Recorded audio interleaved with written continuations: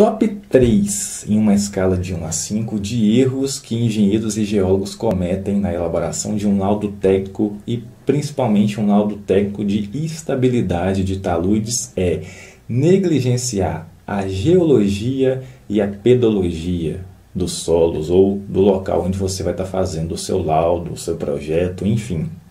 Isso, na verdade, e obviamente, é muito mais erro de engenheiro civil do que de geólogo, tá certo? Principalmente em relação à negligência da geologia. Só que, quando você vai elaborar um laudo técnico de estabilidade de taludes, qual que é o filé mignon desse laudo?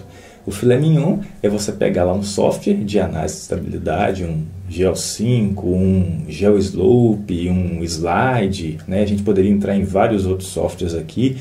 E aí, o que você mais quer colocar no seu laudo é a conclusão de estabilidade que aquele software te gera. Na verdade, ele te gera um número, um fator de segurança, um estudo de análise de tensão e deformação. Você vai interpretar aquilo e colocar no seu laudo. Beleza? Então, essa conclusão. Está estável, não está estável? A estabilidade foi aprovada, não foi aprovada? Isso é o filé mignon para muita gente. E é verdade, é sim o filé mignon, né? Sem essa conclusão não tem laudo, não tem conclusão nenhuma e o seu laudo não serve para nada. Só que laudo de estabilidade não é só análise de fator de segurança e conclusão. Você precisa contextualizar todo um estudo de geologia, você falar qual é o complexo, qual é o domínio geológico em que o seu talude, a sua encosta, o seu aterro está, né, aquele empreendimento se encontra, é de extrema importância. Por quê? Porque o software, quando você modela lá, põe toda a geometria do seu talude no software, ele não está nem aí para que tipo de rocha que está vindo aquela camada, né? Vamos supor que você tem um maciço só de solo. O software não está nem aí em saber de que rocha que vem aquele solo. Ele quer saber quais são os parâmetros de resistência, ele quer saber quais são as dimensões aí desse talude, qual que é o peso específico, se tem nível d'água, se não tem, se pode a pressão, se não tem, e ele vai te dar uma resposta ali que é um fator de segurança. Seja baseado em equilíbrio limite, seja baseado em método de elementos finitos, elementos discretos, que são análise de tensão e deformação, ele não está nem aí para isso, ele quer te dar aquela resposta, ele não quer saber de onde veio esse material. Isso é tarefa sua. Só que essa contextualização geológica, ela é fundamental para que você entenda o comportamento daquele maciço.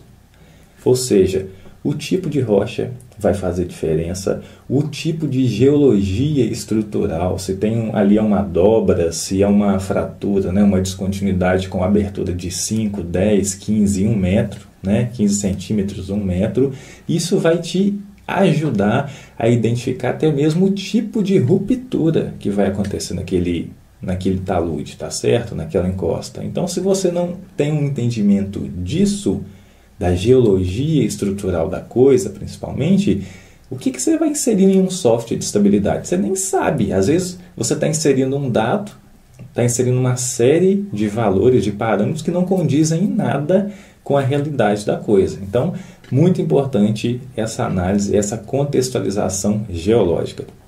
Em relação à pedologia, também é uma deficiência maior de engenheiros civis.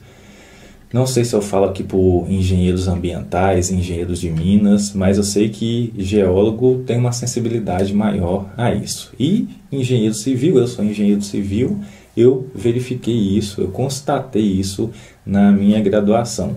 A gente não tem disciplina de pedologia, né? Você teve isso na sua como engenheiro civil, disciplina optativa que seja de pedologia, isso é muito estudado nas ciências agrárias, né? Lá na disciplina, no curso de agronomia, de engenharia agrícola, porque uma classificação dos solos para fins agrícolas, ela é fundamental.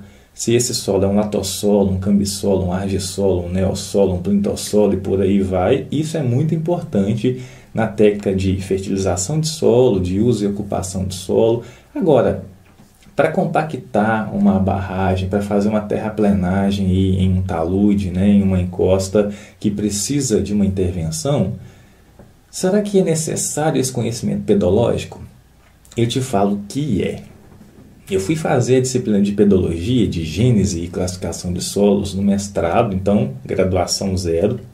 A gente escuta falar em latossolo, em argissolo, quando você está estudando classificação MCT ou quando você está fazendo a disciplina de pavimentação.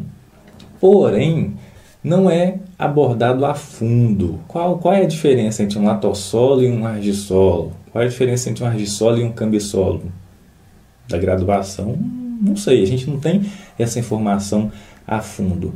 Quando você começa a estudar pedologia e enxerga essa pedologia, esse estudo pedológico dos solos em um contexto de estabilidade de taludes, a lâmpada acende e você vê que faz muito sentido. Se um solo ele é mais drenante do que outro, isso vai fazer total influência até no seu estudo de percolação que porventura você possa fazer, você possa precisar fazer em um laudo técnico, em uma análise de estabilidade. Então, geologia e pedologia devem sempre fazer parte do seu estudo, tá? Do seu estudo de estabilidade e, concomitantemente, do seu laudo técnico. Ok? Esse, então, seria o top 3 em uma escala de 1 a 5 de erros mais comuns cometidos em laudos de estabilidade.